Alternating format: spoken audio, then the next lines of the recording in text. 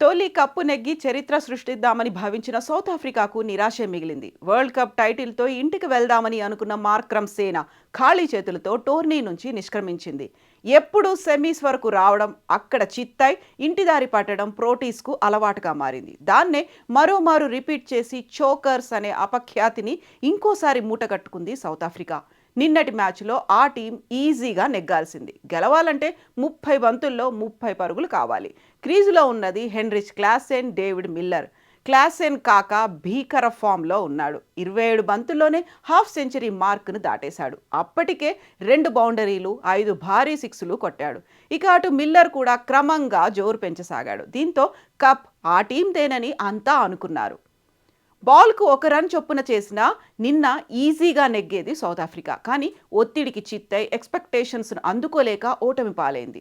Klaasen out అవ్వడం, ఆఖర్లో Miller కూడా చేతులెత్తేయడంతో కప్పుకు ఆమడ దూరంలో ఆగిపోయింది ప్రోటీస్.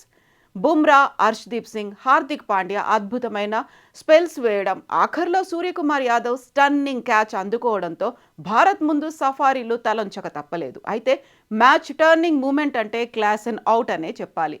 17వ ఓవర్ తొలి బంతికి పాండ్యా బౌలింగ్లో పెవిలియన్కు చేరాడు. అప్పటిదాకా సౌత్ ఆఫ్రికా చేతిలో ఉన్న మ్యాచ్ అక్కడే చేజారింది.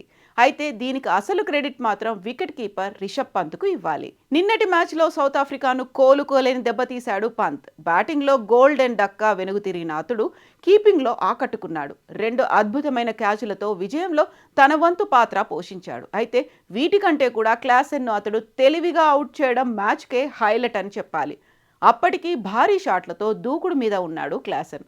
అయితే బుమ్రా 16వ ఓవర్ వేయడంతో అతడి మూమెంట్ కాస్త దెబ్బతింది.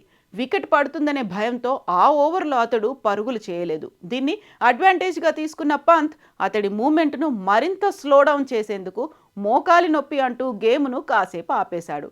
నొప్పి తిరగబెట్టిందని రిషబ్ అనడంతో అతడి మోకాలికి బ్యాండేజ్ వేయడంతో మ్యాచ్ లేట్ అయింది. బ్రేక్ రావడంతో జోరు మీదున్న క్లాసెన్ ట్రాక్ తప్పాడు. అనంతరం పాండ్యా వేసిన ఫస్ట్ బాల్కే అవుట్ అయ్యాడు.